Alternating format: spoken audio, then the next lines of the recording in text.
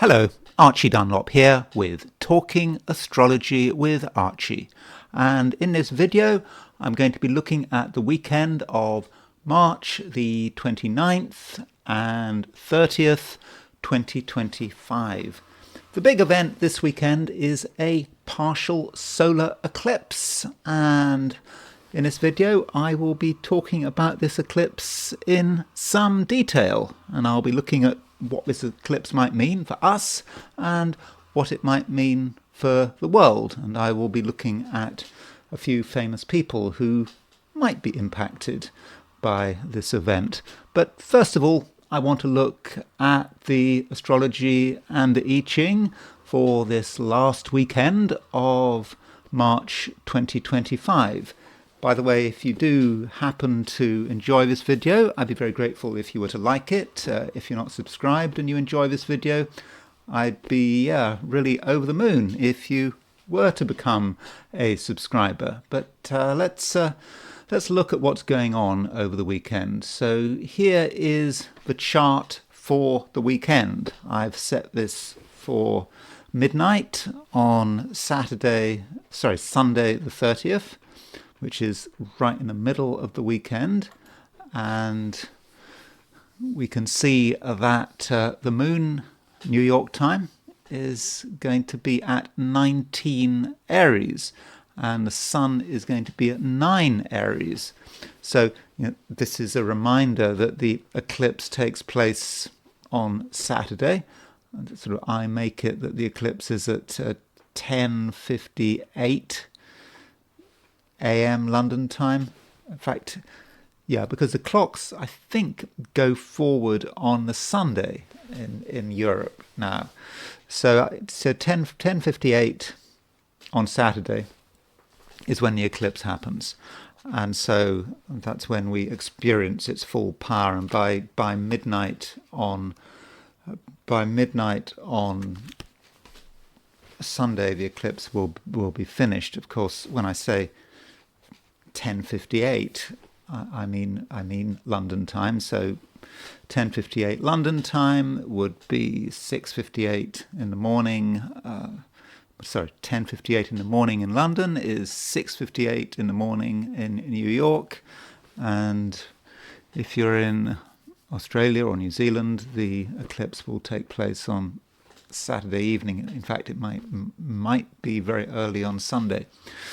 So I'll be talking a lot more about this eclipse, so I don't want to go into a lot of detail right now in this part of the video about the eclipse. But we do have the moon in Aries, and it is new moon, so we transition from a waning moon to a waxing moon as soon as the new moon happens. And so waxing moons tend to be fortunate. The moon is growing, and if we had perhaps found it difficult to get things together, the new moon might be an opportunity to start work on it.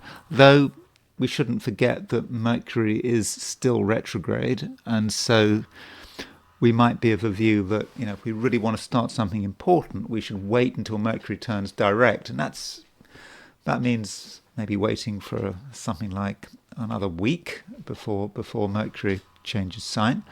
So with the moon in Aries, sun in Aries, it is about an initiative. New moon in Aries. Let's get going. Let's start. The time for thinking and for analysing is over. Though, we shouldn't forget that this is a partial eclipse, and partial eclipses, they do sound a little bit heavy, and it's a case of maybe being careful at the beginning. We don't want to be too open.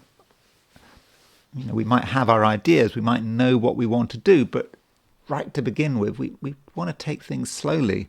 Things are still getting themselves together, things are still germinating. And one good thing about this eclipse is relatively close to being a sextile to Jupiter. Okay, you could say that it's what was eclipse is at 9 degrees Aries and Jupiter is at 1542 Gemini. Okay, you could say, well, it's nearly 6 degrees off the sextile. But on Saturday, the moon is applying to a sextile to Jupiter. And moon sextile Jupiter, it's a very fortunate aspect. It allows us to sort of get things together and to be positive, be optimistic. Good things can happen. And then the moon, if we track its progress into Sunday, it actually ends the weekend making a square to Mars. Well, a square to Mars can be a little bit difficult, can be a bit angry, and it does that towards the end of a sign. And actually, right at the end of a weekend, the moon changes sign. It moves into Taurus. So I think it's sort of 9:16 p.m. on Sunday. Moon moves into Taurus. The moon moves into an Earth sign, and that's a good thing because Uranus is the only planet in an Earth sign. That's an outer planet, a generational planet. So I wouldn't really count that as being a great representative of Earth. It doesn't create a great deal of stability. But moon moving into Taurus at 16 minutes past 9 in the evening in London. So that would be in the afternoon if you're in the Americas. And of course, well into tomorrow if you're in Australia or New Zealand. So moon moving into Taurus is something you might notice right at the end of a weekend. So those are some lunar aspects. But aside from that, Mercury is moving into Pisces, where it makes a conjunction to Neptune. So Mercury is going retrograde, and you might think that's bad news, Mercury going back into Pisces. Well, it's not necessarily bad news, because Mercury is no longer in proximity to the Sun. The Sun is in Aries, Mercury is in Pisces. Mercury, you could say, is no longer under sunbeams. Well, I would regard it as being under sunbeams. So the sunbeams is a sort of weak version of combustion. I think it's if a planet is something like, I can't remember off the top of my head, but something like 17 degrees. It's from the sun. And though I would take the view, if it's in a different sign, yes, Mercury and the sun will be closer from 17 degrees. But these things like combustion and sunbeams, in my experience, lose their power when you've got two planets in different signs. So Mercury is able to quit the sun's influence. And another thing, you could say Mercury is moving into Pisces.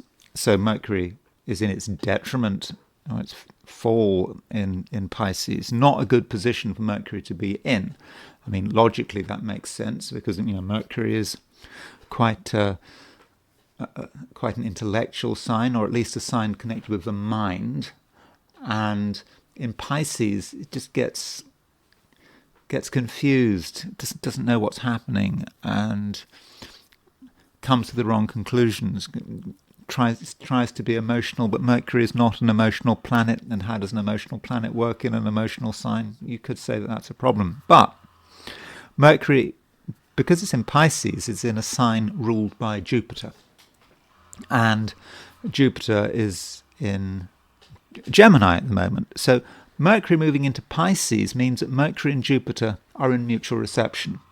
So Mercury dignifies Jupiter, and Jupiter dignifies Mercury. So actually, Jupiter becomes stronger because of Mercury moving into Pisces.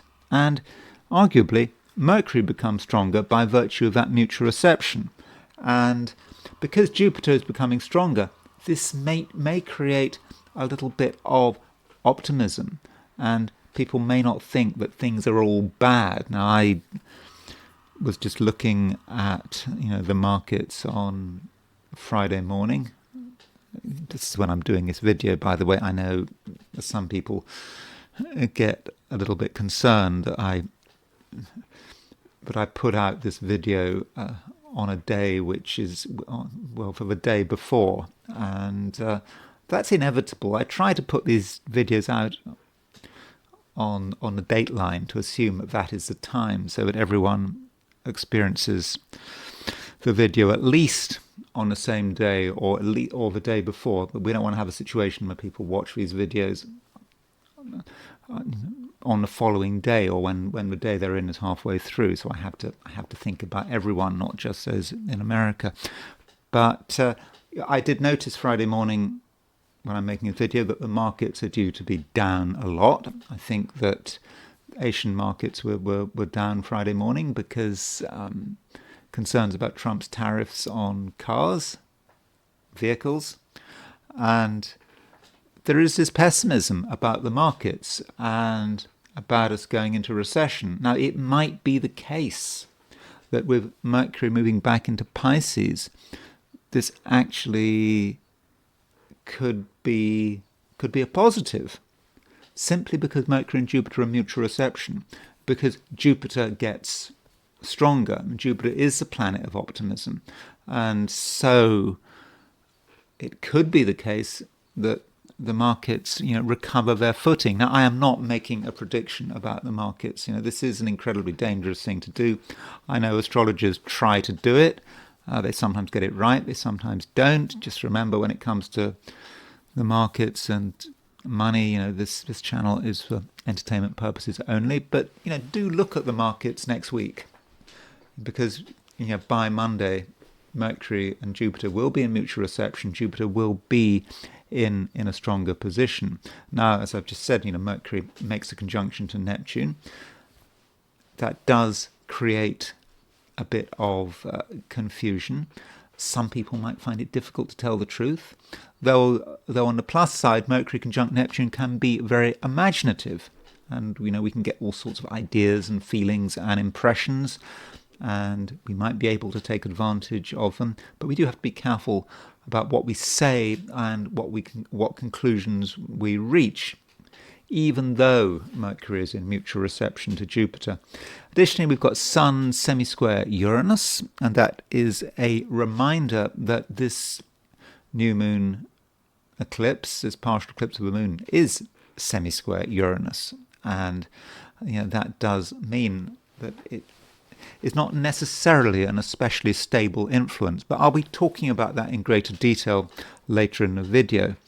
And additionally, Neptune moves into Aries, and I did a video a few days back where I discuss Neptune moving into Aries and what I think it might mean. I would suggest, if you're interested and you haven't watched that video, you do have a look at it. Though, bear in mind that video might be a bit controversial. If you do watch my Neptune and Aries video, I might have to provide a trigger warning. There are things that I say that you might disagree with, and it might appear that I'm pushing several views that might be somewhat controversial. So I'm just warning you. But if you want my views on Neptune and Aries, there is a video I'd already put out, and I'll try and put a link to that in the description. And finally, there is a T-square today, or this weekend, and this T-square might be somewhat difficult, and this T-square involves Chiron and Black Moon Lilith and Mars. So you can see that Chiron and Black Moon Lilith are opposition each other, and then you've got Mars on the T, and I think that T-square looks problematic. Chiron opposition Black Moon Lilith, it sounds very dark, and some people want to make an impression. They might be desperate for attention, but we have to be careful about getting attention, because some of our own negativity and our own darkness may come to the surface, and we might get angry about it. That's one way of looking at it. Another way of looking at it is, about just getting angry about everything that is wrong with society. We can see the way things are potentially falling apart, and we can see how people are getting hurt, and this makes us angry. And I'm not just talking about America, I'm talking about wherever you are in the world. I notice that in the UK, there are benefits cuts. Some of the weakest in society are losing out because of these benefits cuts. For example, the disabled, and it's supposed to be a Labour government, a socialist government, and they're taking money away from the poor, and that might be how it feels. So whatever's going on in your country and your society, there may be things there that do make you angry.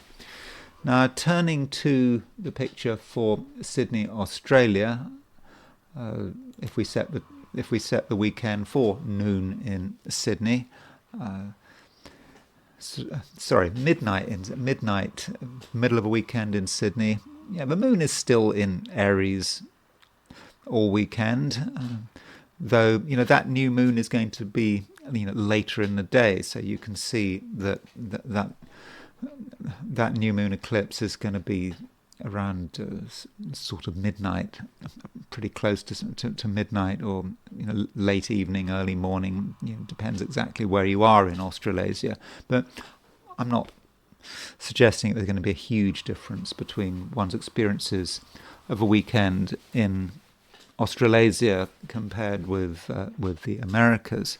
And here is the heliocentric view.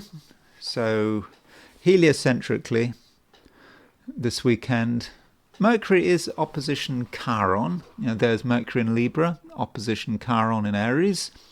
And from a heliocentric point of view, Mercury opposition Chiron might be a feeling that somehow we want to get noticed. We've got something to say, and there might be an urgency to it, or even a compulsiveness there.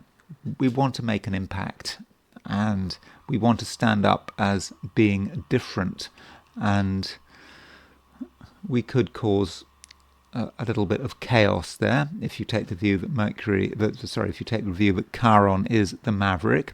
Additionally, Mercury is making a trine to Jupiter, and that Mercury trine Jupiter is possibly quite a fortunate aspect. It allows things to move. If we've got anything that we want to say, then now might be our chance to say it, and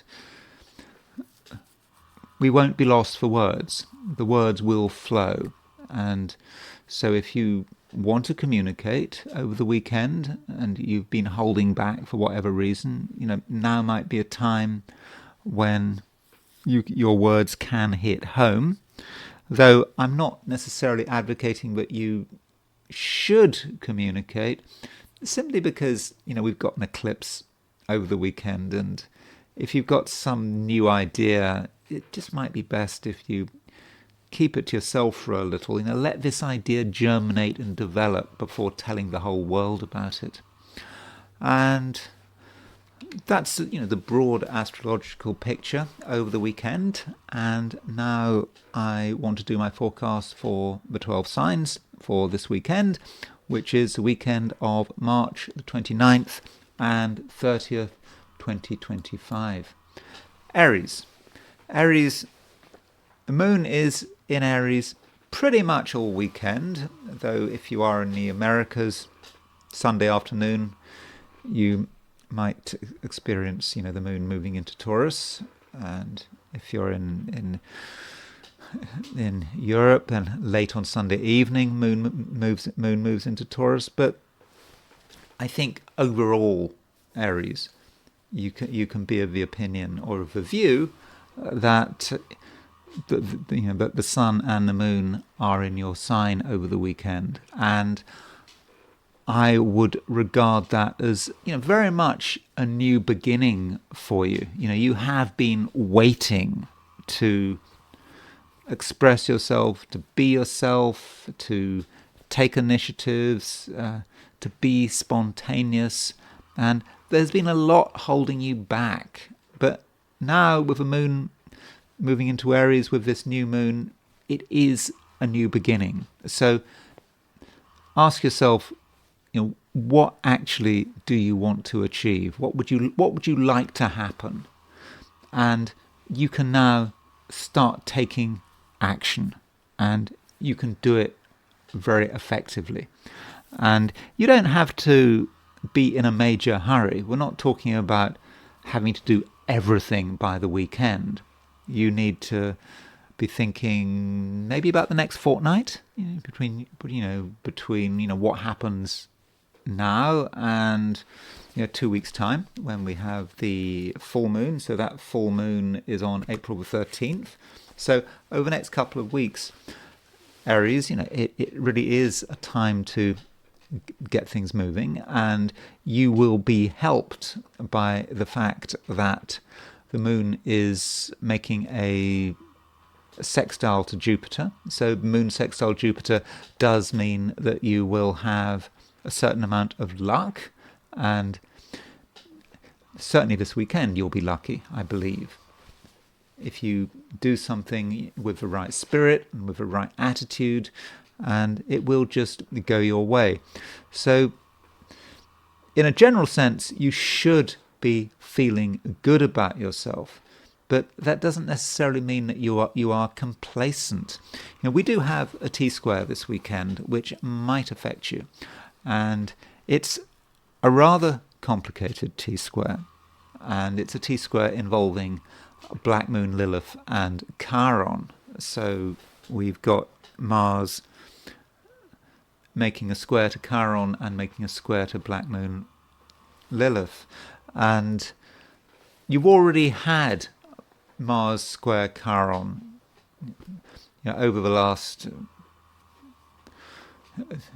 week. Mars has been making a square to Chiron, and that has really stirred things up for you. You have wanted to do stuff, and things might have annoyed you, might even have outraged you, and also you wanted to be different, and that does continue over the weekend. But now we have Black Moon Lilith involved, and it might be that you're just aware that in certain quarters things are bad. I'm not talking about bad for you, but maybe bad for society, or bad for what is important to you, and that might have sort of quite a motivating impact on you. Aries, if you're an Aries, you can be an effective campaigner, and if something does upset you or annoy you, or is an insult to your ethical and moral sense, you do want to say something about it. So I think in some respects that's actually quite a good thing. You're not being complacent. You're not taking over you, I'm okay, you're okay, everything's fine, let's keep smiling. That for some people things are difficult, and it just shows your humanitarian streak, and Arians very often are great humanitarians, and they don't want to keep quiet. And actually this T-square involving Mars Chiron and Black Moon Lilith may show you in your best light. And we shouldn't forget, with this new moon, it's about you starting to take the initiative, and you're not necessarily taking the initiative just for yourself. You may be taking the initiative for other people, and it's good to be angry, but you don't have to go over the top in your anger. You need to take it slowly, or perhaps at least more slowly than your impulses would like, because the new moon is the beginning, and it will take a couple of weeks before it fully unfolds. Taurus, this new moon we have over the weekend, it's a partial eclipse.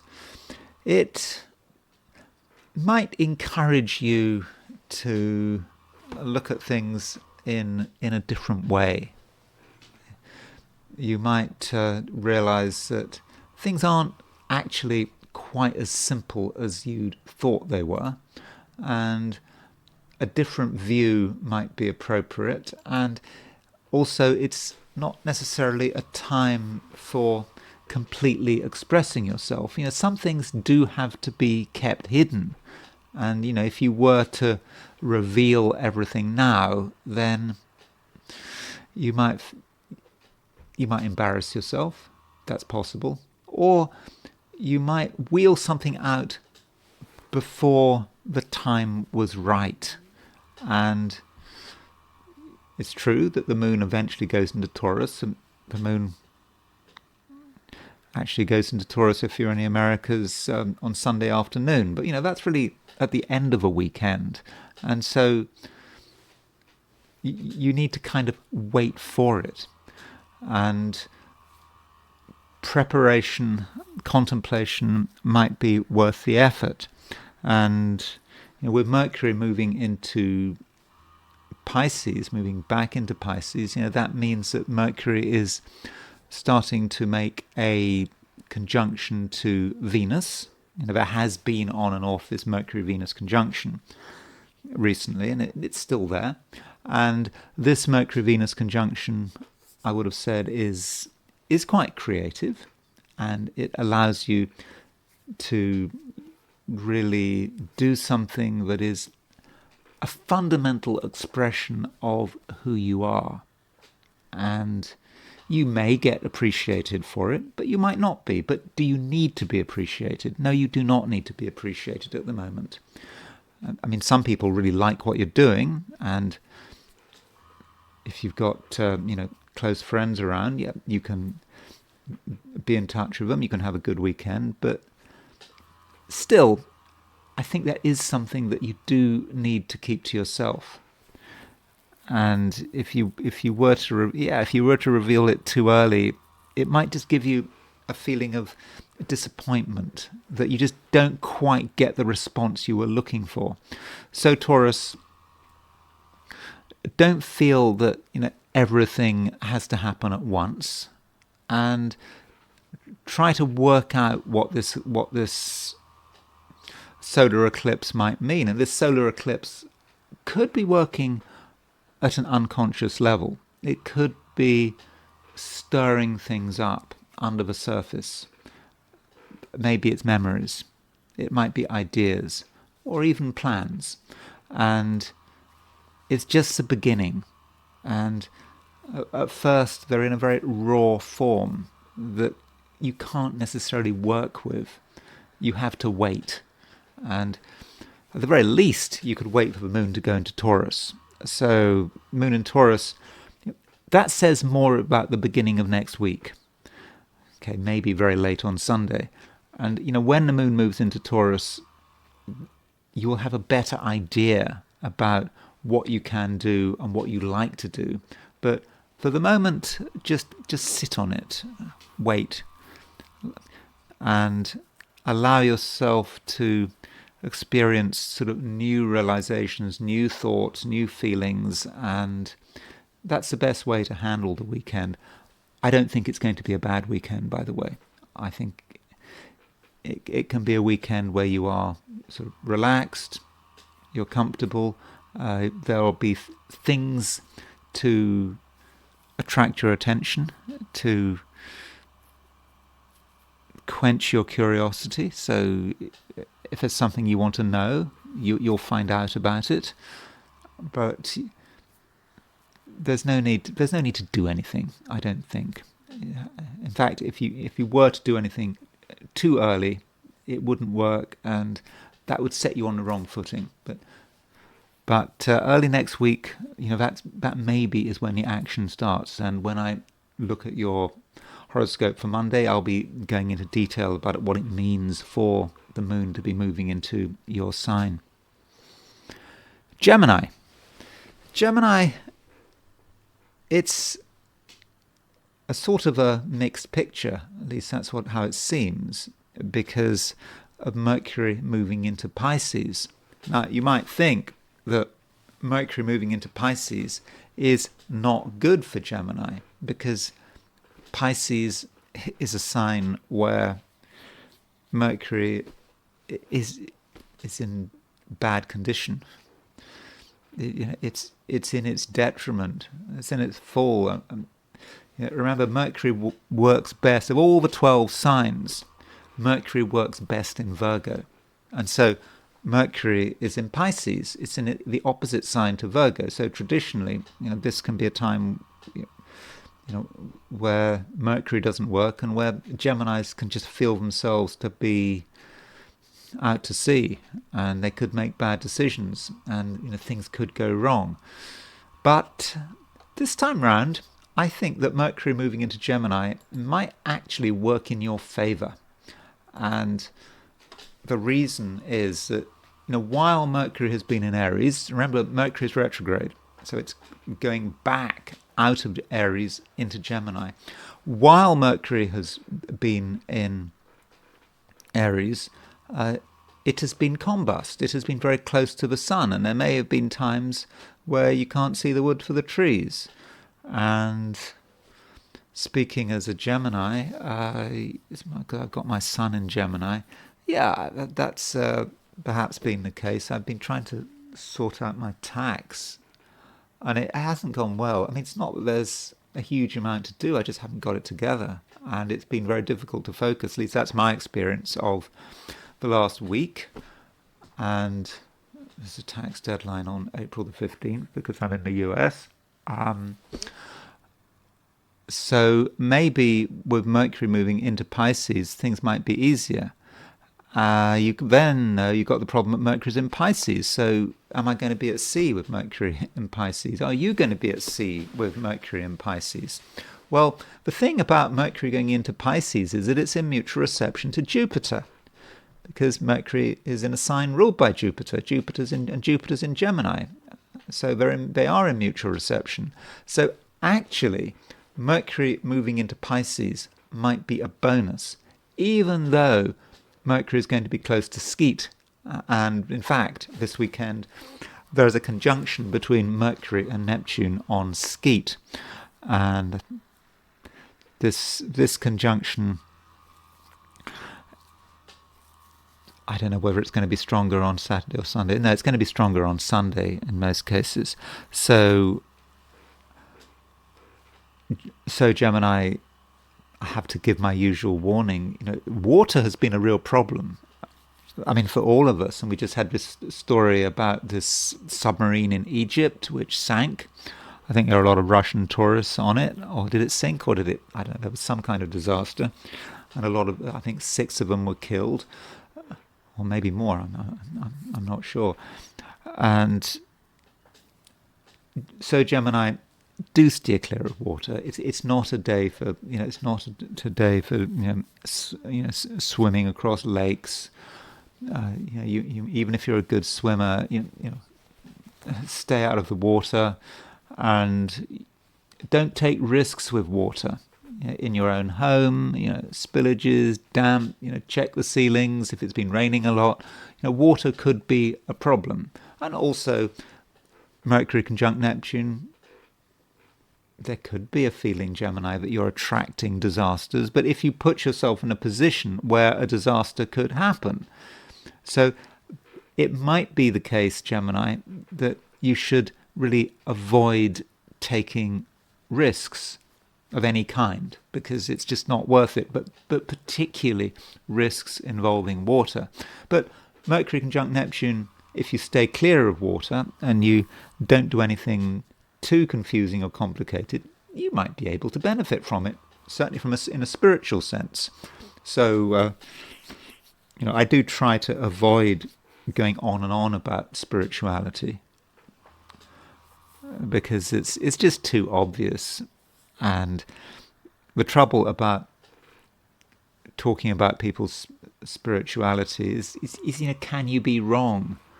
If I tell you about your previous incarnation and what you did in your previous incarnation, then there's no way you can prove that I've got it wrong. So it's kind of easy, isn't it? But I am serious about your spirituality with Mercury conjunct Neptune.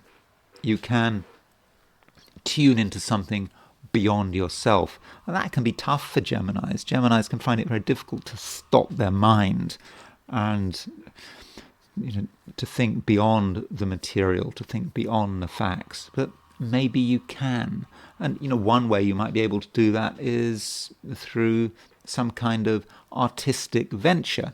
Neptune can be a very artistic planet. So through painting and writing, you can get in touch with something, and don't ask too many questions.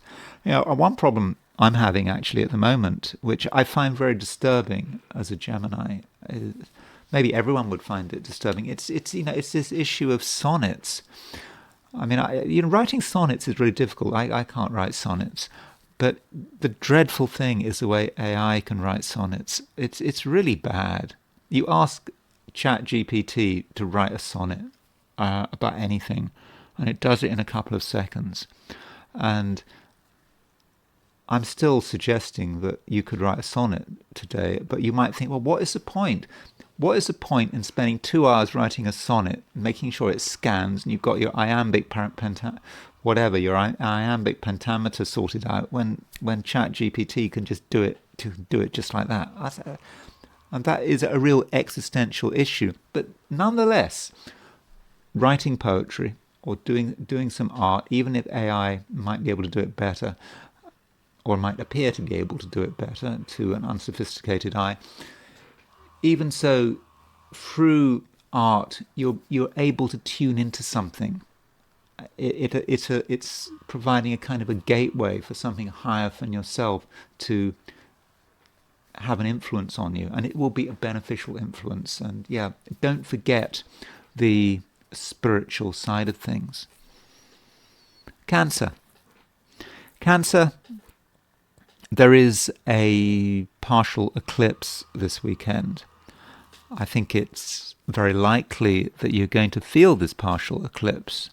Cancerians, as I always say, are sensitive to the lunation cycle, and this partial eclipse is in Aries. Aries is a cardinal sign, and Cancer is a cardinal sign, and this eclipse may be about what you want and where you are going and how you want to achieve your ambitions. And it can actually be very motivating.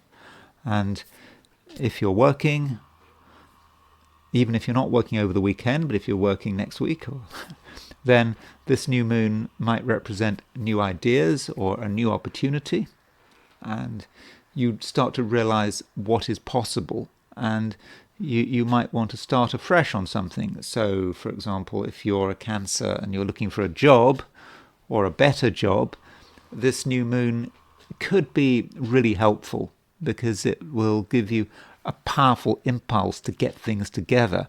And it's nice that the moon is no longer waning. The waning moon is difficult.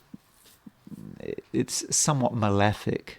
And now that the moon is waxing, or starting to wax, you're just aware of new possibilities. And so don't be shy, don't hold back. And if you're an entrepreneurial Cancerian, it might be a good time to start to think about new businesses, new ways in which you can assert yourself on society, even if it's nothing to do with money and success. And this new moon is kind of making a sextile to Jupiter, and after the new moon, the moon does make a sextile to Jupiter, and this sextile to Jupiter creates new possibilities for you, and it gives you just a bit of optimism. It's not an optimism that you have to be open about. In fact, it might be best that you don't tell anyone about it at all. New moons, as I say almost ad nauseum, is that at the time of a new moon, it's very often best to keep it to yourself. But you just have this inner feeling with this new moon that things really are coming together. That however difficult the past has been, things are finally improving and you really can get things together. So I'm pretty optimistic about this new moon. And as the weekend progresses, the moon starts to make a square to Mars. Now, moon square Mars sounds like a difficult aspect. It can be an angry aspect, certainly. And there are a lot of things to make you angry. I've talked about this Chiron Black Moon Lilith opposition with Mars on the T. And Mars making a square to Black Moon Lilith, Mars making a square to Chiron. And it is a feature of the weekend. And you can see how bad things are in some places for some people. And yeah, that could make you angry. But I think if you do feel angry over the weekend, especially on Sunday, I think it's a very constructive anger. It's an anger that gets results. It's an anger that is motivating. And if you don't like something, then you'll know that you can do something to change it. And this moon square Mars on Sunday, okay, it might actually be sort of late on Sunday, and even into Monday you might feel it. But this moon square Mars really does help you. It allows you to focus on things, and if something's holding you back, then you can actually do something to create real change. So on balance, Cancer, it strikes me as being a powerful weekend. And remember, with this partial eclipse, it's not just something that just happened on Saturday and it goes away. It is a new beginning, and the partial eclipse should last at least a fortnight until the full moon, and perhaps longer. So it is an opportunity to get things going, and if there's something you want, then you can make it happen. Over the next couple of weeks. Leo, the big event this weekend is the partial eclipse, and I do believe that that this partial eclipse is going to have an impact on you. I mean, it must have an impact on you because all partial eclipses of the sun are also new moons, and of course a new moon is a conjunction between the sun and the moon, and of course the sun is your ruler and the moon is making a conjunction to the sun, and this new moon is in Aries, and so that really makes you feel a lot better. Recently there's been a load of action in Pisces. There's still a lot of action in Pisces, but we now get an Aries emphasis as the moon moves out of Pisces into Aries, makes the new moon, and it gives you an opportunity to think about what is possible. I think part of the problem that Leos might have been having recently is that they were just a little too focused on the past, perhaps a little too focused on their own emotions and on their own sensibilities, and it was sometimes difficult to be positive, even though the sun, your ruler, is in Aries, a sign in which it's exalted. In spite of all that, you were missing out on your own strength and underestimating yourself. And now that we've got this partial eclipse, you can reinvent yourself, you can relaunch yourself, and you're armed with knowledge, not just factual knowledge, but also emotional knowledge. You've gone through a lot of things, you've understood a lot of things, and now you're ready. You're ready to take advantage of everything that is possible. and you can benefit from other people. The moon this weekend is making a sextile to Jupiter. So if you want to be lucky, you can be lucky, and do take advantage of what other people have got to offer, because they do have a lot that you can use, and which they can make available. It might just be good advice, or they might be able to provide a little bit of inspiration. Now, on Sunday, there is a semi-square between the Sun and Uranus. In fact, this whole new moon eclipse is semi-square Uranus, and I'm going to be going into detail about that later in this video. But that Sun square Uranus could stir things up a little, and whether or not it's a good or a bad experience rather depends on you. You've got a lot of the answers, no doubt about that. But have you got all the answers? Not necessarily. And there might just be something that you have not taken into account. And Sun semi-square Uranus might be a little bit of a shock or a surprise. At first, you don't want to hear, you don't want to know about it. And so you might just look the other way. But Sun semi-square Uranus can work in your favor if you use it. It's good to be a little bit shocked and surprised, to realize that you haven't got all the answers, that something else is available that you hadn't considered. And this Sun semi-square Uranus, if you handle it correctly, could be very useful for your future direction, what you're planning on doing over the next couple of weeks. You thought you knew what you were doing over the next couple of weeks, but now you have a whole new set of ideas. And if you can be bothered to make the necessary changes, I really do think that this Sun semi-square Uranus can set you up nicely for the next fortnight. Though I have to say that Sun semi-square Uranus in certain situations could represent a misstep. I mean, could literally be a misstep, tripping up. It just could be doing something careless, getting involved in something that goes wrong. But it's unnecessary. It's certainly in a physical sense. Be careful about where you put yourself, where you put your body, where you put your feet. It's not a time for doing anything that is excessively risky with this Sun square Uranus. And that might also apply to other people and how you deal with other people and what you say, because with Sun square Uranus, that just might exaggerate what actually could end up happening. So don't take too many risks this weekend with Sun semi-square Uranus. Virgo,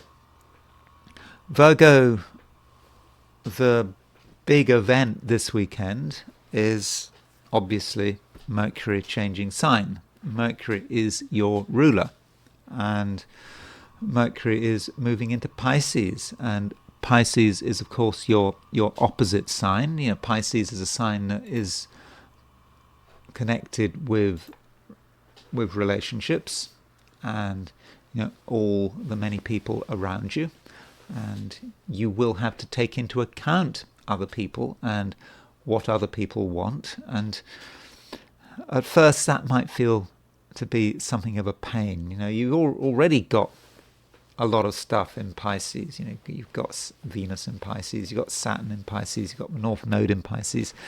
Pisces, your opposite sign. Do you really need anything more in Pisces? Well, you've got Mercury in Pisces, and Mercury makes a conjunction to Neptune in Pisces this weekend, and quite possibly you're not fully going to know what's going on. You may feel just fundamentally confused, and other people may not be straightforward.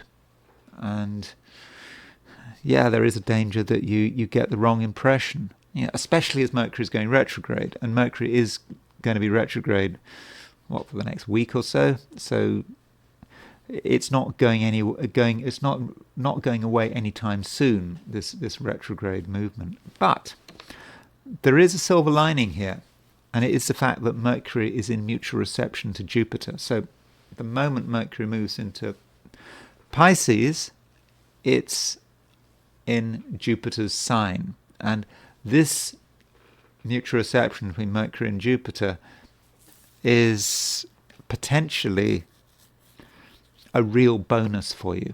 It might actually make you stronger, even though it might not feel like it at the time.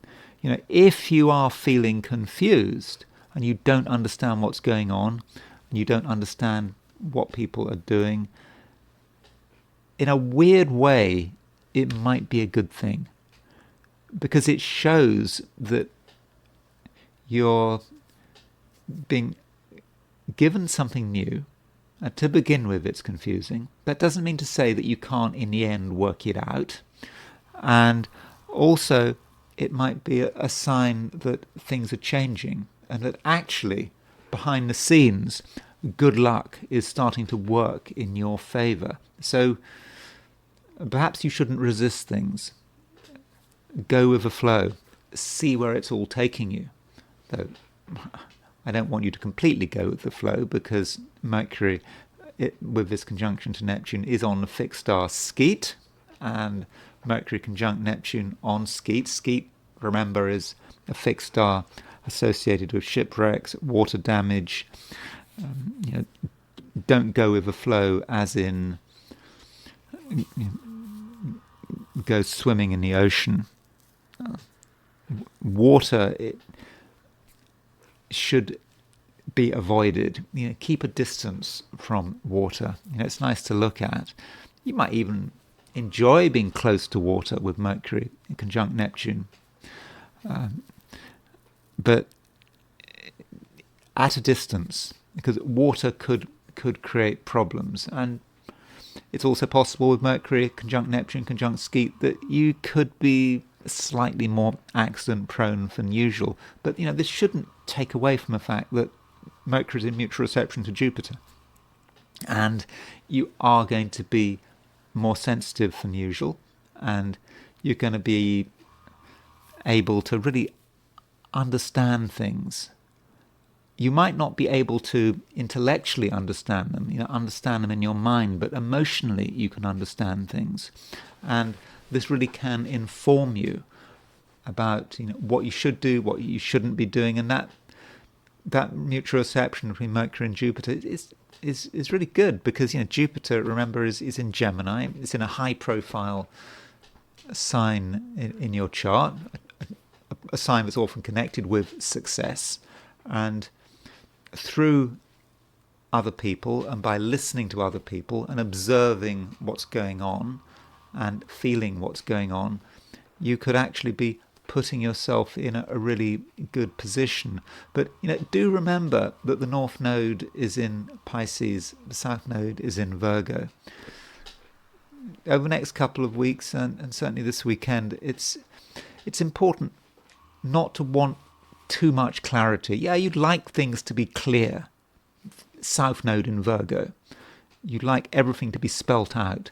But sometimes you have to deal with a little bit of chaos and confusion, realize that the answers are not always immediately available, but that shouldn't matter. It's a time for getting an impression and being able to really align yourself to the flow, and without asking too many questions. And if you can do that, then the weekend can not just be fortunate, but it can also be the beginning of something new. And I do think it should all work out very well. But you don't know quite how it's going to work out, but that's the way it just has to be. Libra, there is a partial eclipse this weekend, and this partial eclipse is in Aries, which is your opposite sign. And This partial eclipse could say something about relationships, inevitably, because Aries is, of course, your opposite sign. And one way of interpreting this partial eclipse in Aries, which I think not necessarily any astrologer, but I think most astrologers trying to look at what this new moon means to the average Libra is almost certainly going to talk about relationships. They might even be talking about new relationships. I mean, that makes sense, doesn't it? You can just use the keywords. Aries, relationships, new moon, new beginning, new relationship. You're going to meet someone new. It's going to be great. One has to be careful what one promises. So if you really are looking for a new relationship, now is as good a time as any to find what you're looking for. But I don't want to create unreal expectations. From a romantic point of view, new relationships are often, few and far between. But if you are looking for someone new, this new moon may represent the beginning of something, and it's urging you to be trying as hard as possible to make things happen. And new relationships are not just about romance. It may be about needing to be in touch with someone to help you get something. Might be very material. It might be that you can benefit from being in a partnership. You don't have to do things on your own. And I think that might be an important reminder with this new moon, that you and someone else can get together and really start to create something. And the emphasis is on partnerships rather than feeling that it's all down to you.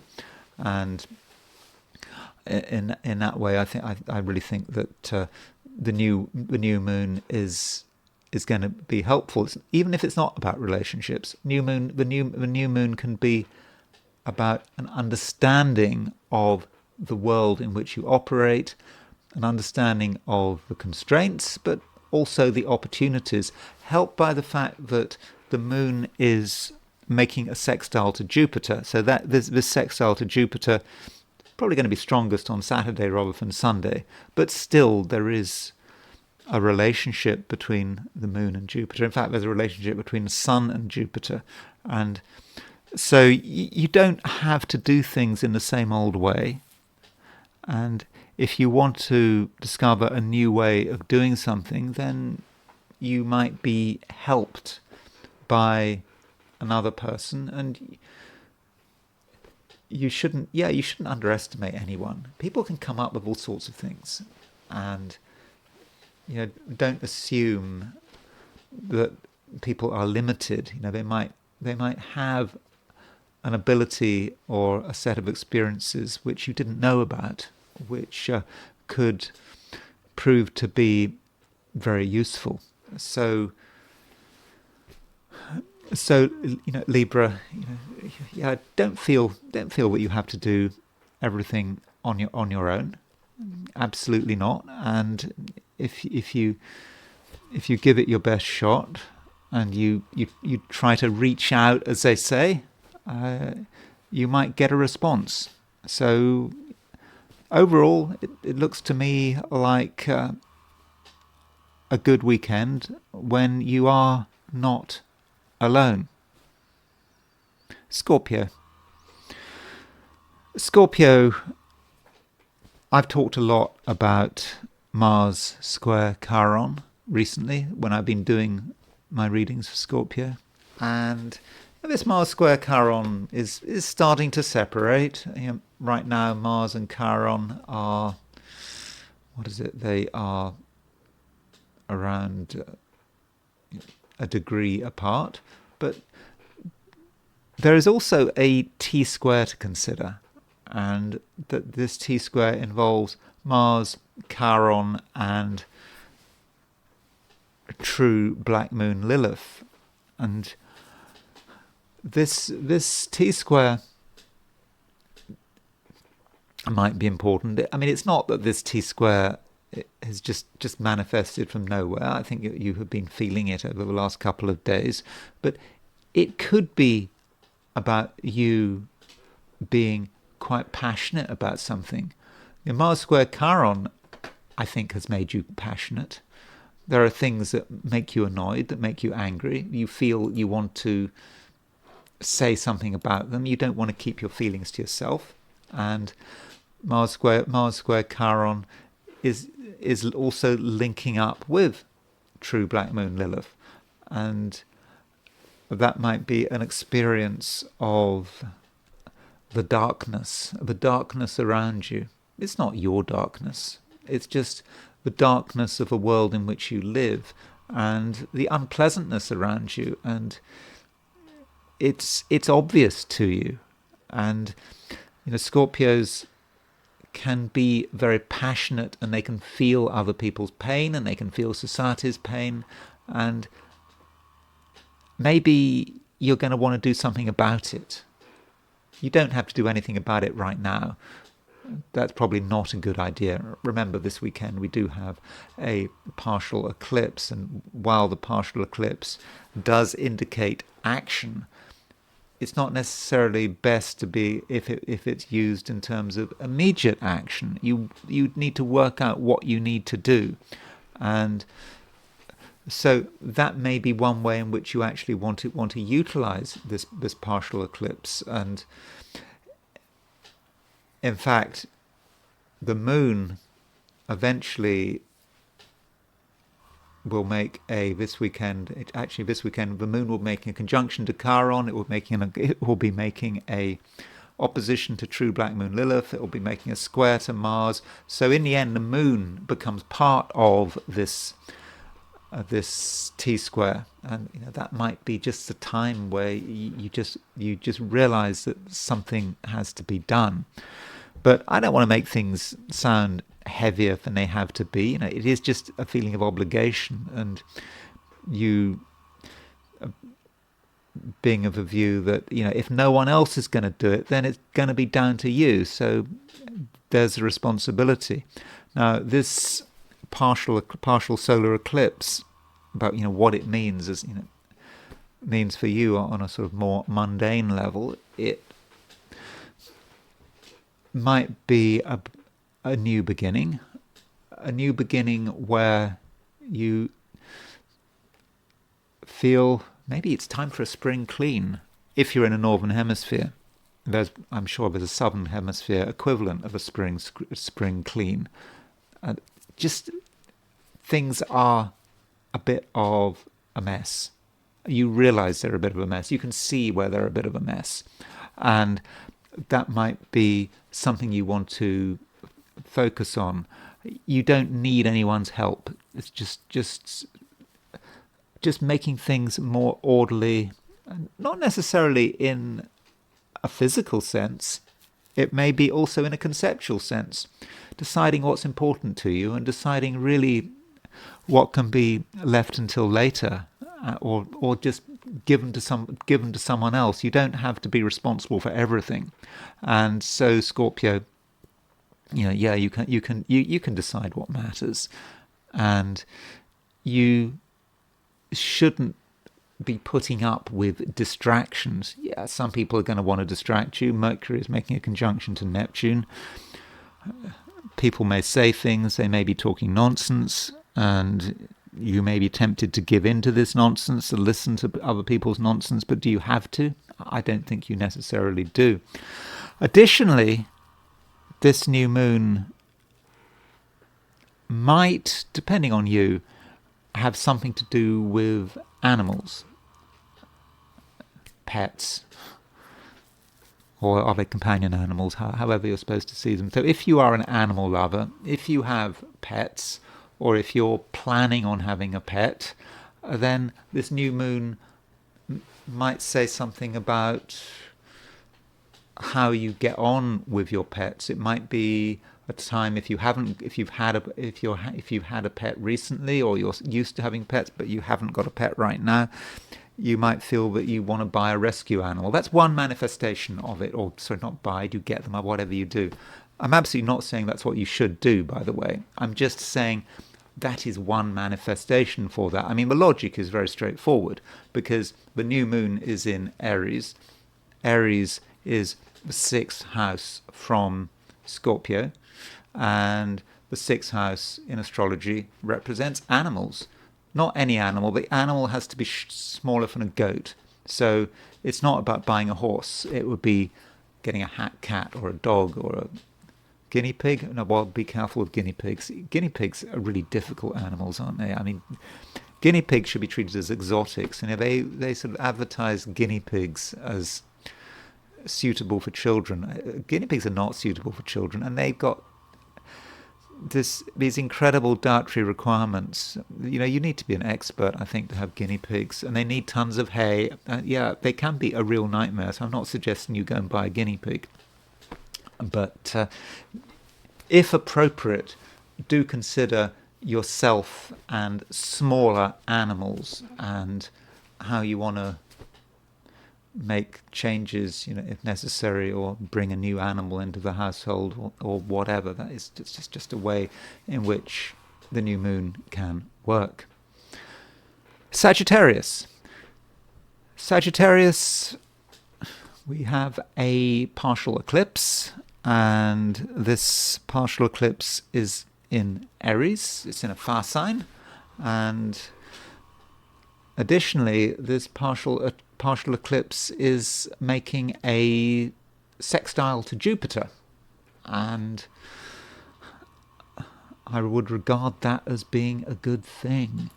It works in your favor. This partial eclipse, in the end, can make you luckier than average. Things should work for you, and most importantly, you can enjoy yourself. And one thing about this partial eclipse, it is in Aries, and you have had the moon in Pisces quite recently, and there has really been quite a build-up in Pisces, which I have talked about.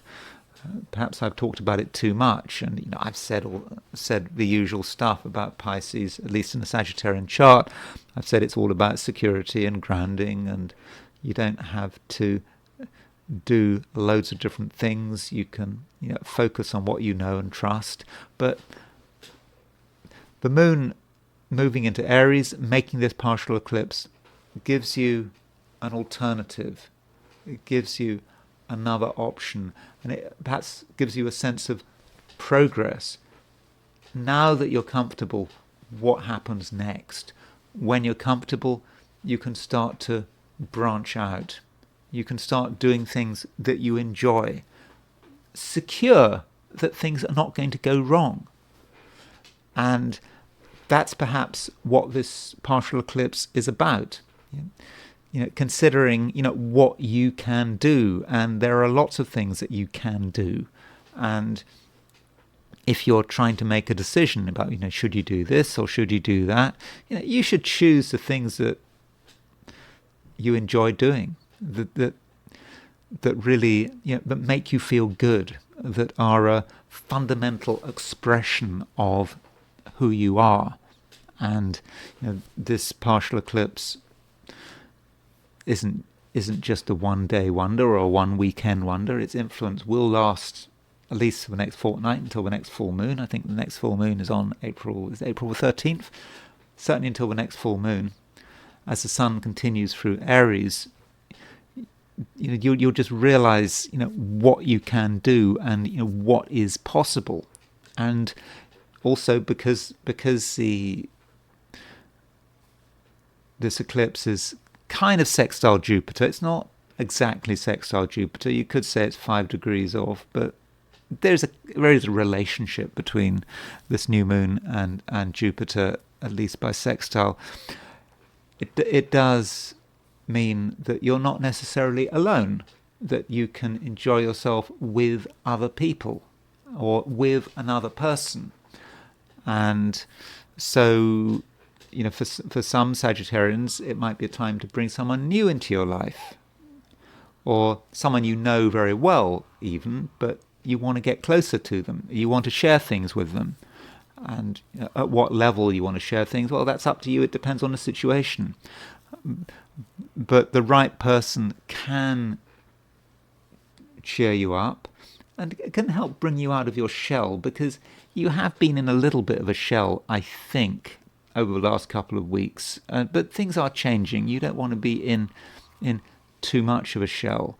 And, additionally, when it comes to other people, other people are different. Other people have different approaches. Mercury is moving back into Pisces, and the thing about Mercury moving back into Pisces is that it immediately moves into mutual reception with Jupiter. So Mercury is going to be in Pisces, a sign ruled by Jupiter. Jupiter's in Gemini, a sign ruled by Mercury. Jupiter is your ruler. And in the Sagittarian chart, Mercury often is connected with relationships and other people. So that Mercury-Jupiter mutual reception may be about you and another person really being able to get on very well with each other, and additionally being able to compensate each other for your weaknesses. You may be weak in one area, another person may be weak in another area, but together you are completely strong. It's very, very complementary. So that may say something about how you get on with people and what you are looking for from people. So see what you have to offer and see how your position can improve by getting involved with someone, and how you can improve their position. And if someone is benefiting from you, you can benefit from them. And that could be the nature of this mutual reception between Mercury and Jupiter. Capricorn. Capricorn, we have a partial eclipse this weekend. And this partial eclipse is in Aries. So this partial eclipse could remind you of who you are and what is important to you. And it's not really a time to be trivial, to be distracted, to focus on things that are irrelevant. And perhaps it's a weekend to be putting up the Do Not Disturb sign, because there are things you need to work on, and this eclipse being in Aries is at a point in your horoscope that is very personal, and it's about your home and your family and how you're looking at your home and family, and you're asking yourself, what needs to be done. You want domestic harmony. Even if there's no one around you, even if you're living alone, you still want to live somewhere where you feel that everything is harmonious. And that might mean that the new moon represents a new beginning. You're looking at things again and you're asking yourself, well, what needs to change? And in certain situations, Capricorn, you might feel that this is a time where you need to move somewhere else. If things are not great, I'm sure things are fine, but perhaps Capricorn, you'll be of the view that things could be better somewhere else. Or if you don't want to move somewhere else, there just could be some changes needed in the home. Though there might also just be a fundamental sense of grounding. You just feel comfortable somewhere, and you just feel it. It's natural. You don't have to talk about it. It's just there, and you feel comfortable, and that's it. And it doesn't really have to be explained. So do listen to your feelings, and you have a sort of a comfort meter, and watch how that comfort meter is moving, and there is a place where that comfort meter is at a maximum. And, once you've found that place, Capricorn, do you have to move any further? And this new moon is making a sextile to Jupiter, and Jupiter is going to help you. Jupiter's going to help you reorganize, organize, make sure that everything is how you want it, and things really can be, I won't say perfect, but they can be a lot better. Even if things are great right now, things could be, even greater. So as far as your home is concerned, really appreciate your surroundings and know that security is yours for the taking, and you certainly don't have to be distracted. You don't have to listen to what other people are saying. If it's irrelevant, if it's disturbing your peace of mind, you can just turn it off, because right now, Capricorn, you are the person that matters. Aquarius. This weekend we have a partial eclipse, and this partial eclipse is in Aries. And I would say that this partial eclipse is for you not a massively important event, but I still think that you can take advantage of it. And this partial eclipse, which is a new moon, the sun and the moon are both in Aries, and it allows you to express yourself very well in a way that might be different. So maybe recently you have been communicating in one way, using a particular style, and the way you have been expressing yourself may not have been perfect, and you may have felt that you weren't really getting your message across. And we need to get our message across for many different reasons. And if you weren't getting your message across, you could have felt just slightly isolated, or just a bit frustrated. And with this new moon, you have a chance to just rethink it. And it's useful, also the fact that Mercury is retrograde. So with Mercury retrograde, we might say, oh, that's a problem, Mercury is retrograde, communications are up the creek.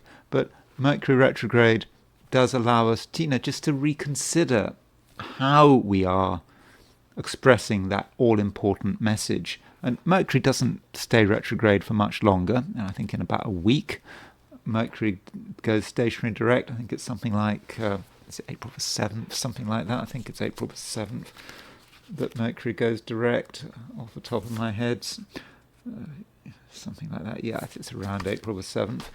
And so there is a change, and the new moon is allowing you to find the right way of making that all-important connection. And this new moon may have implications for relationships.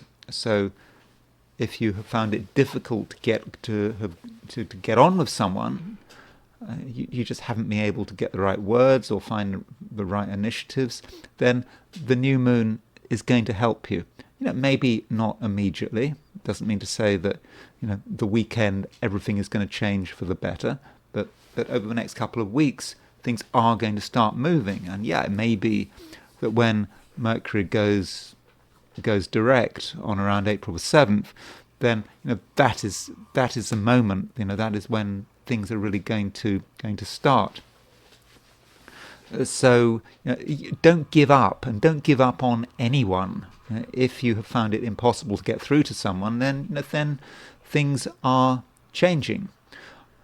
Additionally, this new moon might be about travel, short distance travel, not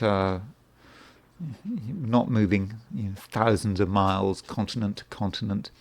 How you get from place to place, and there might be a few changes there. You might decide that certain short journeys that you have been taking regularly are no longer necessary, or they could be done in a different way. There are different ways of getting from A to B, whether it's by foot, by bus, by bicycle, or whatever. You don't have to be fixed in terms of how you do get from one place to another. And different journeys. Try the scenic route. And if you're a driver, this new moon may say something about your relationship to your vehicle, and that might be about deciding you want to get your vehicle fixed, or you might decide you want to get a new car, or you might decide you want to sell your car because you don't need a car anymore.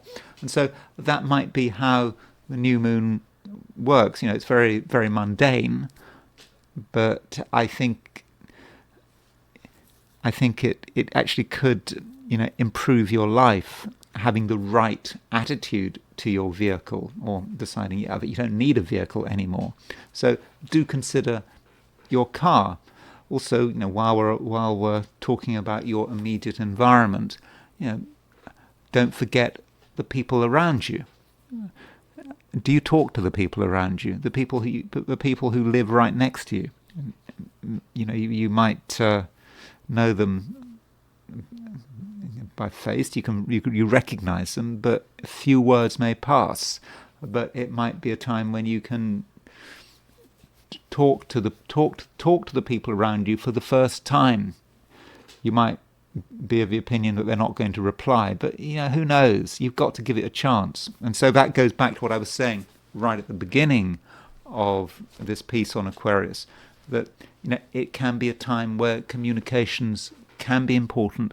They can work for you, and if communications haven't worked in the past, or a particular form of communication hasn't worked, then try a different method, or maybe just try again. Maybe things are changing, and you don't have to do anything right now. You might want to wait until Mercury goes stationary direct in a week's time. But overall, Aquarius, the message is important, and if you get the message right, things really can improve for you.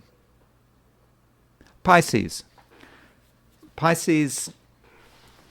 Mercury is moving back into your sign. You may have thought that Mercury was out of your sign, had moved into Aries, wasn't coming back for another year, but no, it's coming back. Venus is already back. Venus left Pisces, moved into Aries. Venus is in Pisces now. Mercury is back in Pisces as well, and Mercury moving into Pisces is great, actually.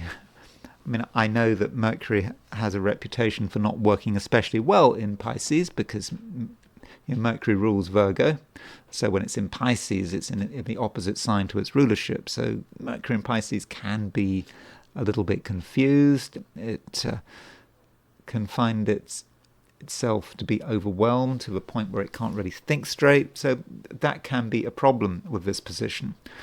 But Pisces is your sign, and so when Mercury moves into Pisces, you just feel that you can talk quite well, and you'll be able to get on with lots of different people. And the key thing is probably the fact that Mercury is in mutual reception to Jupiter when it moves back into Pisces. So Jupiter is your ruler. Jupiter's in Gemini. Jupiter's in a sign ruled by Mercury. And now Mercury, as it moves back into Pisces, is in a sign ruled by Jupiter. And so actually that Mercury moving back into Pisces is going to make you more lucky, believe it or not. And you're going to just have a clearer sense of who you are and what you can do, and you're going to be more definite. And that might sound extraordinary, given the fact that Mercury is conjunct Neptune. Now, for any other sign, Mercury conjunct Neptune might be a bit of a problem, but you're a Pisces, and you understand the Neptune principle. I'm not someone who believes that Neptune rules Pisces, but I'm certainly prepared to concede that Neptune has an association with Pisces. And with Mercury conjunct Neptune in Pisces, you just get so many things at an emotional level. You just feel them. You don't have to explain it. You don't have to read about something very often to understand it. It just soaks in. And so that also means that in the way you engage with the world, you will have this great sensitivity with Mercury moving through Mercury in Pisces conjunct Neptune. You'll just know what to say, you'll know what not to say, and people are going to like you. And that brings us on to the subject of relationships, because when Mercury is in mutual reception to Jupiter, that really does indicate that your relations with other people should really prosper, and that you and the important people in your life are just going to have a natural rapport with one another. And so if a relationship has recently been a little bit difficult or hasn't worked quite to plan, then things are going to change, and I think they're going to change for the better. And finally, I should say something about the partial eclipse this weekend. I don't think that this partial eclipse is necessarily of immediate relevance to you. I don't think you need to obsess about it. Though the partial eclipse is making a sextile to Jupiter, I think that it can be useful. I think it might actually be materially useful. So if there's any issue about money or property or ownership with this partial eclipse, it might represent a time when you can look at the matter again and be able to take action. Not this weekend, but over the next week or two, take action to resolve the matter. And so, from a material point of view, I think that this partial eclipse should or at least could be something that you can benefit from. It's an option. So, if there's anything bothering you of a material nature, then I do think that over the next couple of weeks you may go some way towards sorting it out. And those are my forecasts for the 12 signs. And it's now time to look at things from the perspective of the I Ching. So I asked the question, what is the weekend going to be like for those watching the I Ching section of this video? And the first hexagram I got was hexagram number 12, which I'm afraid is standstill. And this does indicate that the weekend may not start on a very good note. It may feel, particularly Saturday, that things are blocked. You'd like things to move, but they're not. And you can see this from the nature of this hexagram. The hexagram, to me, just looks unbalanced. You've got those 3 unbroken lines at the top, 3 broken lines at the bottom. It just looks top heavy.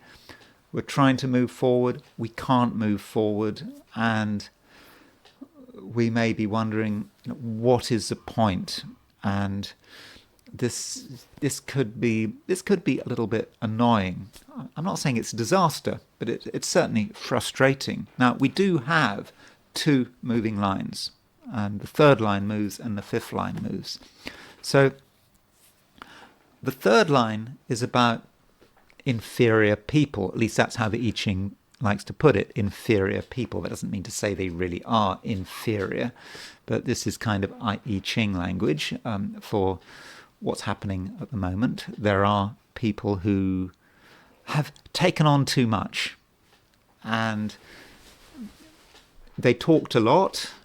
They perhaps were given responsibilities they didn't deserve, and they kind of know they didn't deserve them, and they feel a bit guilty about it. And now they see that things are starting to go wrong.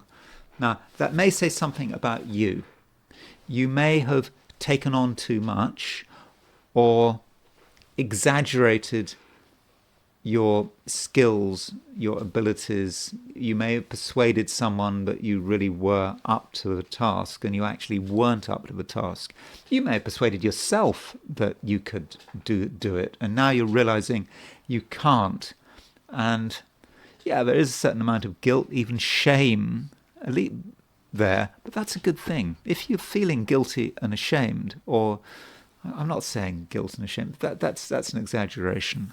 But if you're feeling bad that you've taken on too much and you're recognizing that you're not up to the task, yeah, that's a good thing, because it's about honesty.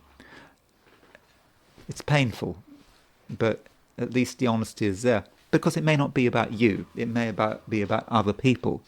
There may be other people who have promised you a lot, or are promising in general a lot, and it's now clear they can't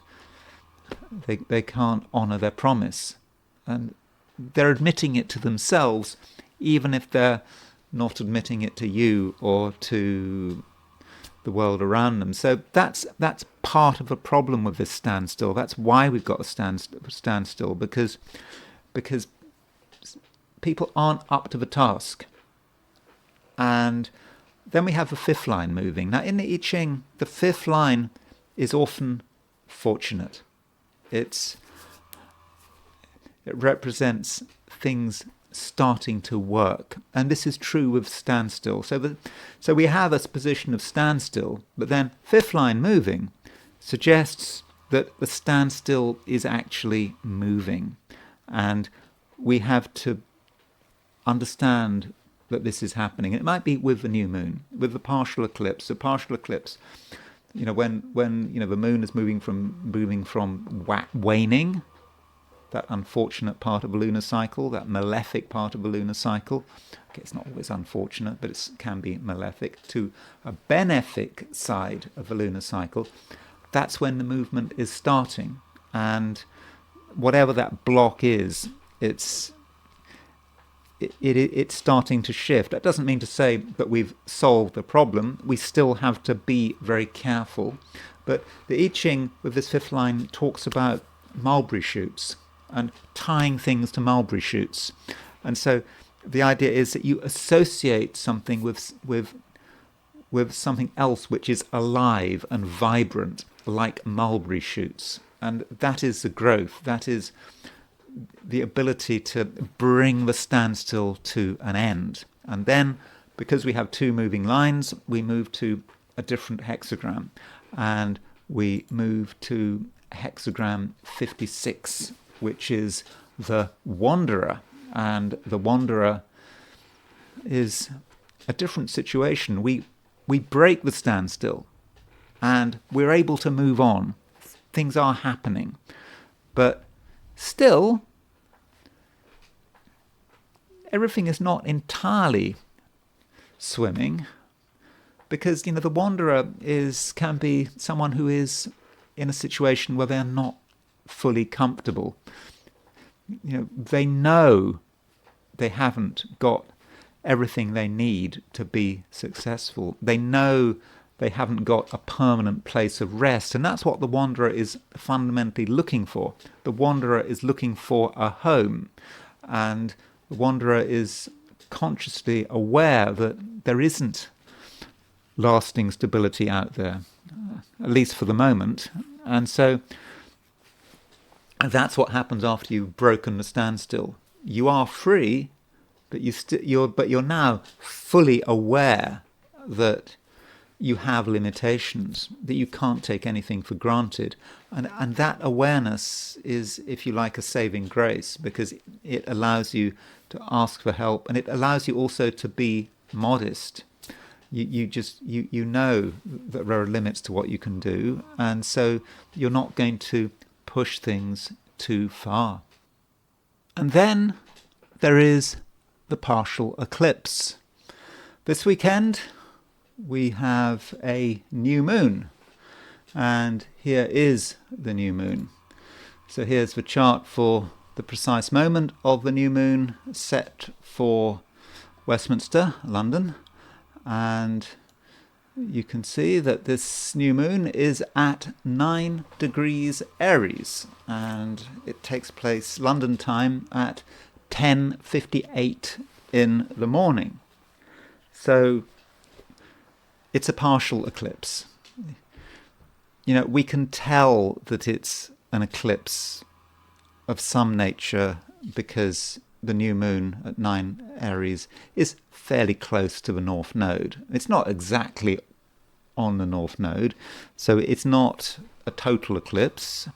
And I know people get excited about the fact that it is a partial eclipse, but you know, I wonder, is this new moon going to be different than other new moons by virtue of being a partial eclipse? I'm not entirely convinced, but certainly by calling it a partial eclipse, it sounds good, it sounds powerful, and it sounds newsworthy. You know, get that word eclipse in somewhere. And you could say that it's just like any new moon. Usual things about new moons: new beginning.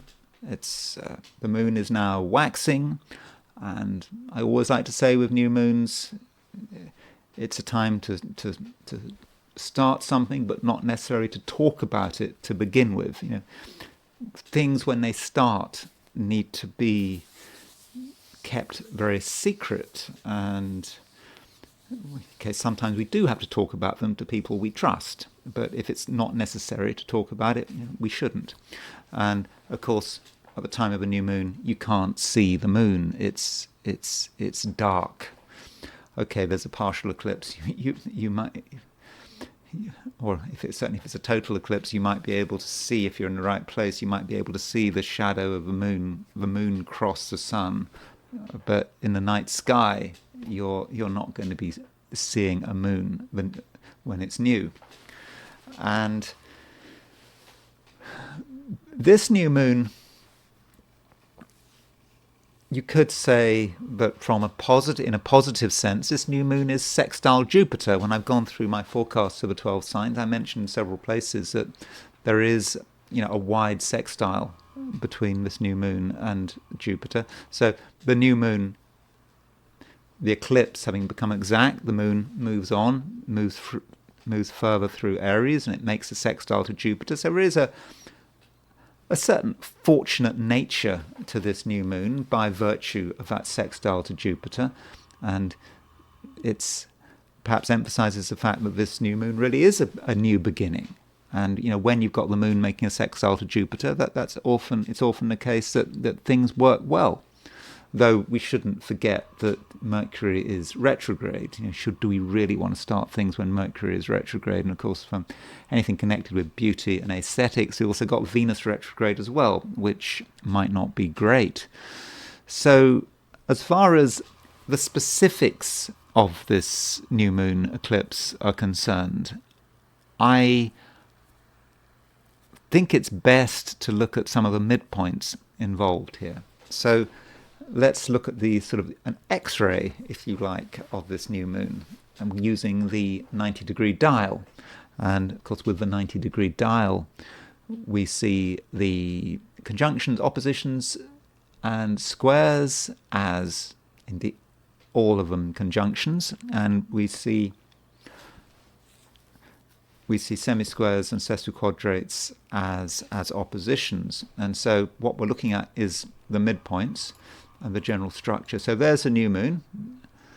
They're together in the same place. And there you are. It says 9 degrees Aries. And you can see, though, that this new moon is opposition Uranus. So what that means is that this new moon is making a semi-square to Uranus. And as far as I'm concerned, that says a lot about what this new moon is about. So when I introduced the planets at the beginning of this video, I mentioned that the sun was semi-square Uranus on Sunday, the day after the eclipse.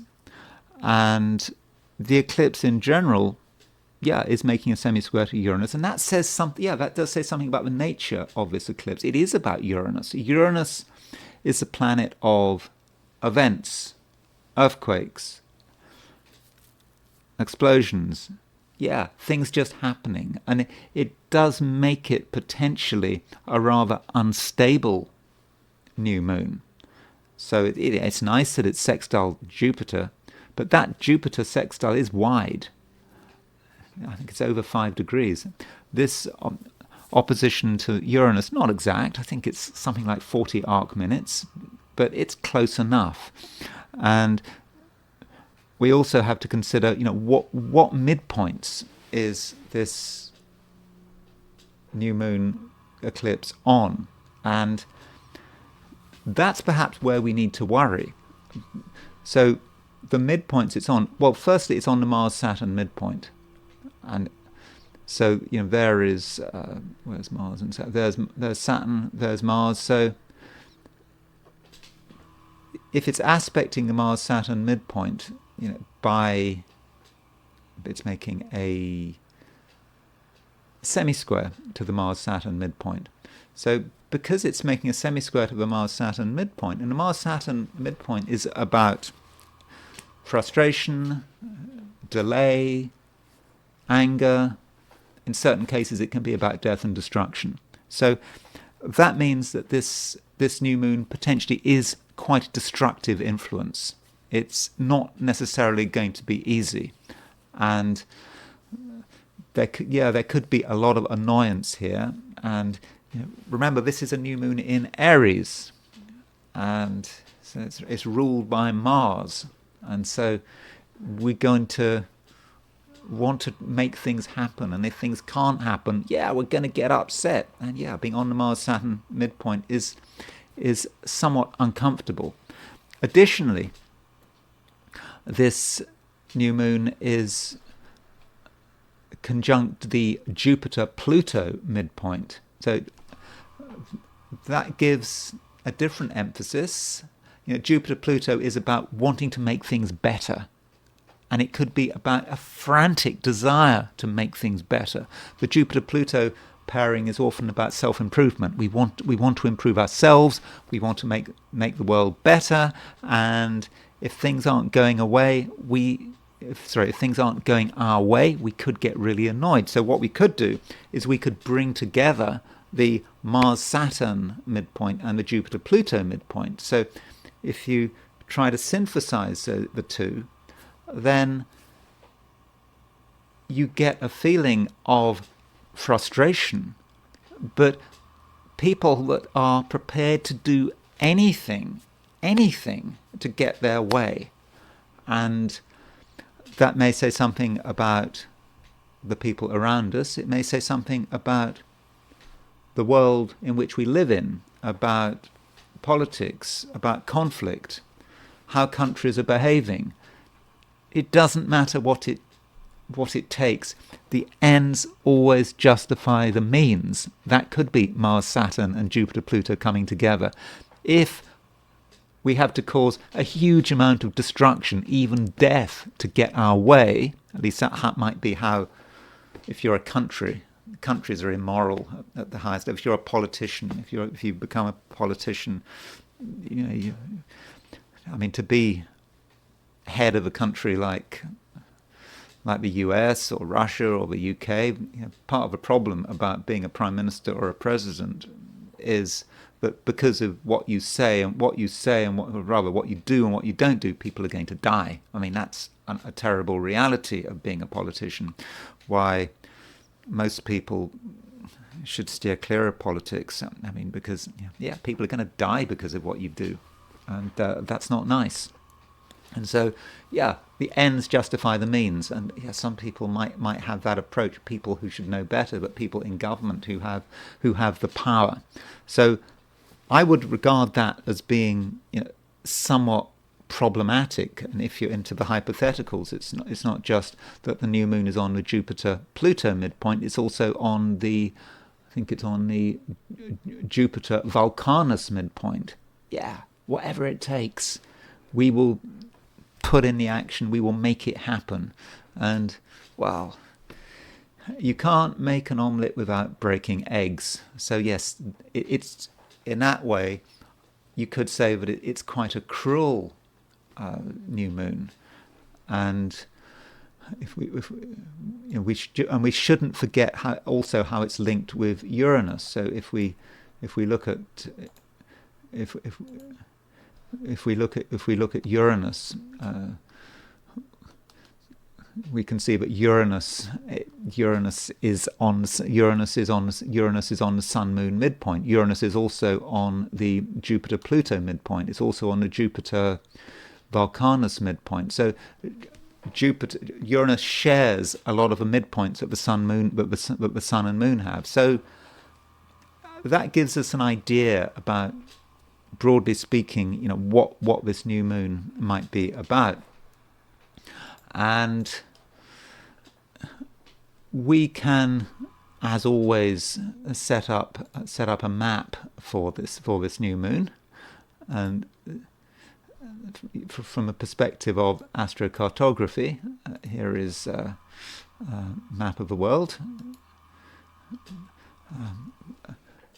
where this new moon might sort of hit home. Look at the new moon here. You see this yellow line? These are all the points where this new moon is rising, and you can see that the new moon actually goes through the eastern United States, probably goes quite closely through Washington, so Washington D.C. So that might be somewhere that gets emphasized.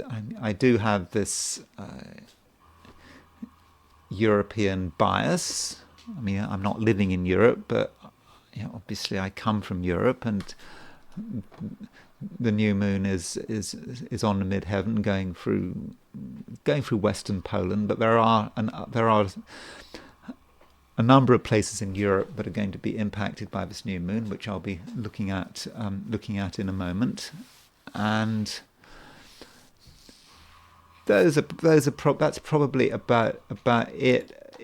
Uranus is on the midheaven.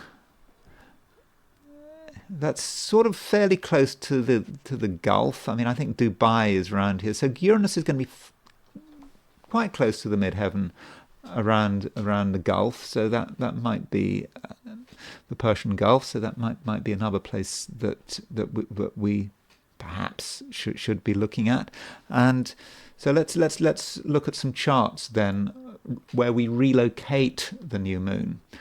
So if we want to relocate the new moon to Washington D.C., so at the time of the new moon, if we relocate it, then we have an ascendant of 738 Aries. So the new moon is at 9 degrees Aries. So the new moon is pretty close to the ascendant set for Washington D.C., and so you might say that is a new beginning.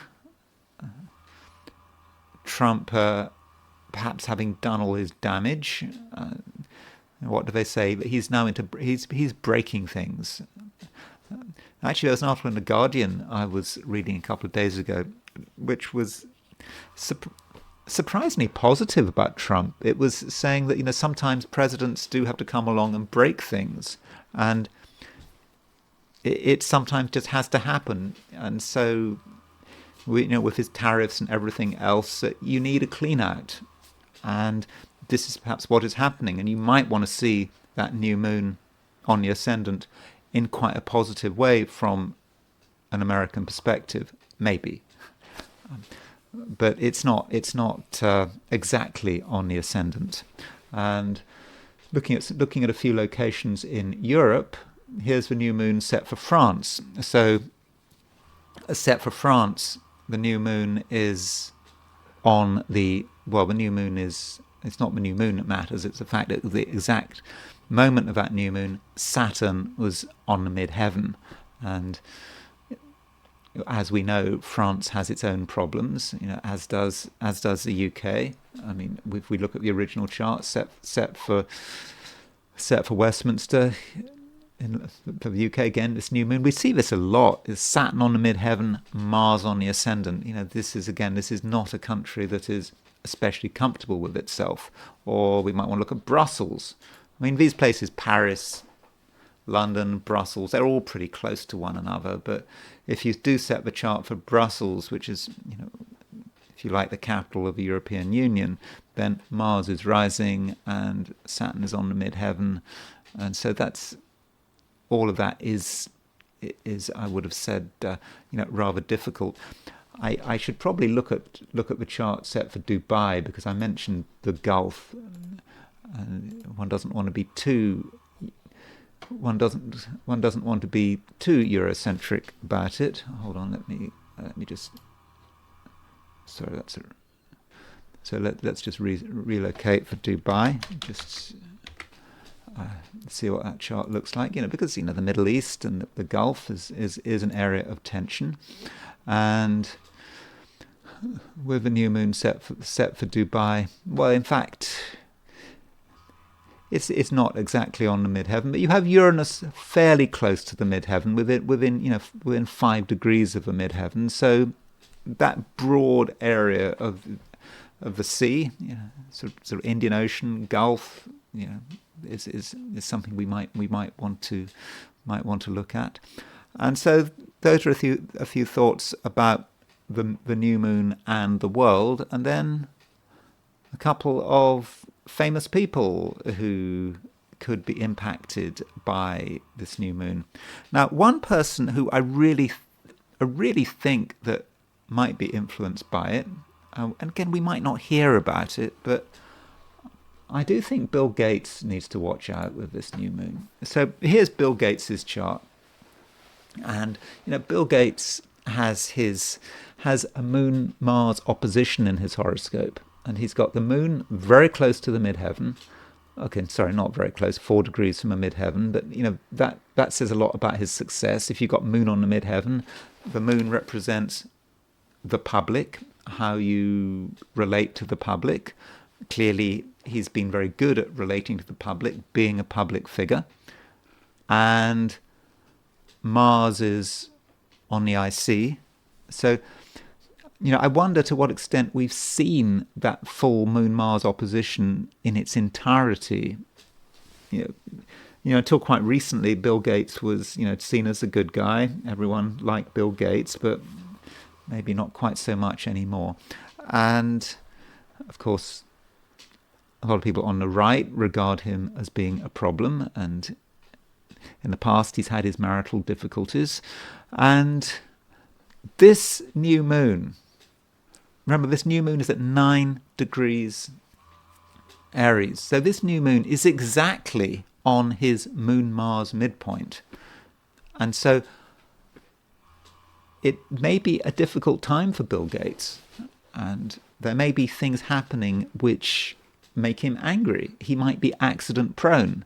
Remembering, this new moon is making a semi-square to Uranus. He has had Uranus making a semi-square to his Mars. He's got the moon Uranus coming up to the semi-square to his moon. He's got Uranus coming up to the sesquiquadrate of his Mars. So Bill Gates really does have to be quite careful, I think. But it's possibly not a situation where I can be proved or disproved, because whatever happens to Bill Gates, he may find some way of not revealing it. It may just be, something in his personal life, something happens that people never know about, but he might still feel really angry and tense and stressful about something because of this new moon. And so Bill Gates, I do think really could be hit by it. And looking at other people, Klaus Schwab of World Economic Forum fame, I talked to him about him quite recently. He's actually got a birthday this weekend, so happy birthday, Klaus Schwab. And Klaus Schwab is going to be 87 years old. And Klaus Schwab, of course, was the founder of the World Economic Forum, and for many people, he's a bit of a hate figure. He is the globalist, and Klaus Schwab was born with a conjunction between the Sun and Saturn at 8-9 Aries. I don't have a time of birth for Klaus Schwab. His Sun is going to be anywhere between 8:30 Aries and 9:30 Aries. So this new moon is probably going to be within approximately half a degree of his Sun. So yeah, this new moon definitely has an impact on Klaus Schwab. And, you know, he's 87 years old. I mean, it's not so old, 87. But he needs to be careful, I think. He needs to, you know, watch what he does, and he mustn't have a fall. I mean, I'm sure he's looked after very well, but, you know, this weekend it is his solar return. And so he's got a new moon in his solar return, new moon right on his Sun-Saturn conjunction. A Sun-Saturn conjunction can be about restriction. So, you know, whoever's looking after Charles Schwab, if he needs looking after, you know, they need to look after him, because it might be quite difficult. And I suppose there could be a positive way of looking at it. I mean, he may see something that, you know, makes him feel optimistic, that maybe his work is coming to fruition. That might be how the new moon works. But I'm inclined to see this new moon more as a negative for him, simply because he has a Sun-Saturn conjunction in his horoscope. And turning to British politics, again, someone I have looked at quite recently is Priti Patel. She's a Conservative Member of Parliament on the right of the party. And so Priti Patel has her birthday on Saturday. And so happy birthday, Priti Patel. She will be 53. And I think she was Home Secretary before. And so with a new moon on her Sun, a new moon at the time of her solar return, I would have thought Priti Patel is going to be thinking about her role in the party. You know, a lot of Conservative members of Parliament lost their seats at the last election. She didn't lose her seat, and it's possible that she may want to make some kind of political play. You know, the current leader of the Conservative Party, Kemi Badenoch, is under a lot of pressure. But, you know, people have been of the opinion that she hasn't really been performing as well as she should have been, as she's been sort of below expectations. I don't have a time of birth for Kemi Badenoch, but Priti Patel may be thinking about her political position, and, you know, what she can do to, maybe she's going to start to think about the leadership and what she can do to become Conservative Party leader. I mean, she is not a name that's coming up. Whereas there's a view that her star has somewhat fallen, although she does have supporters in the Conservative Party. So she might be coming to some realizations or some decisions about, you know, what she wants to do.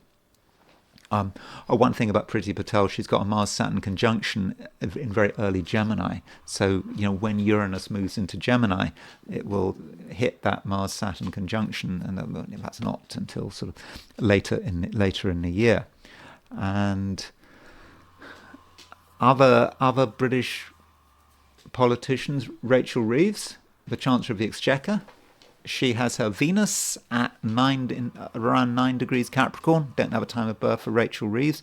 Now, Rachel Reeves is a politician who's under a huge amount of pressure. I mean, she is not being seen as being a success as Chancellor of the Exchequer.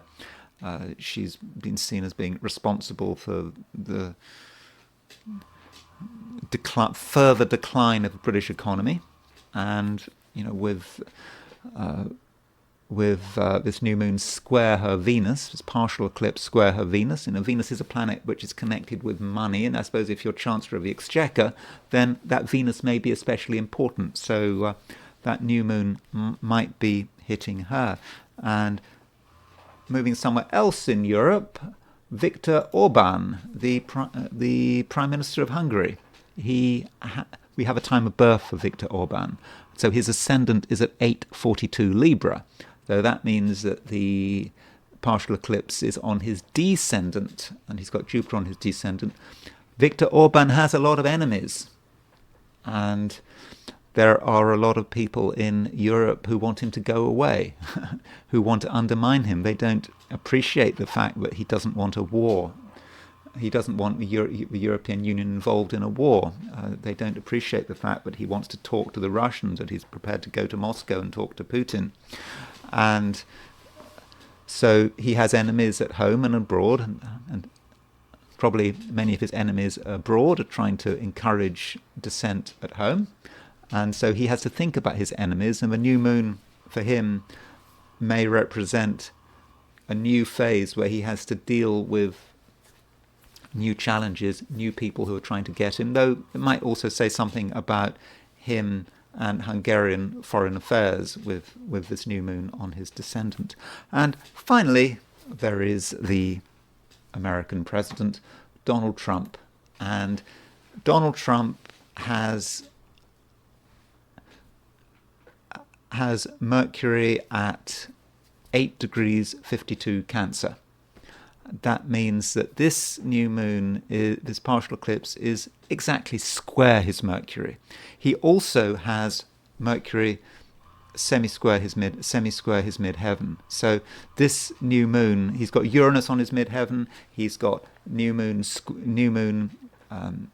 making the semi-square to his midheaven, and it hits his Mercury.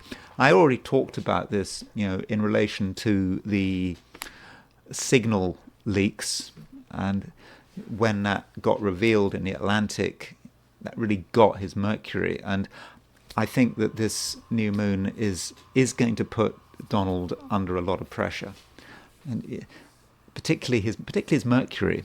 What he says, what he doesn't say, and events around him. Are not necessarily going to be useful for the regime, for his regime, and so.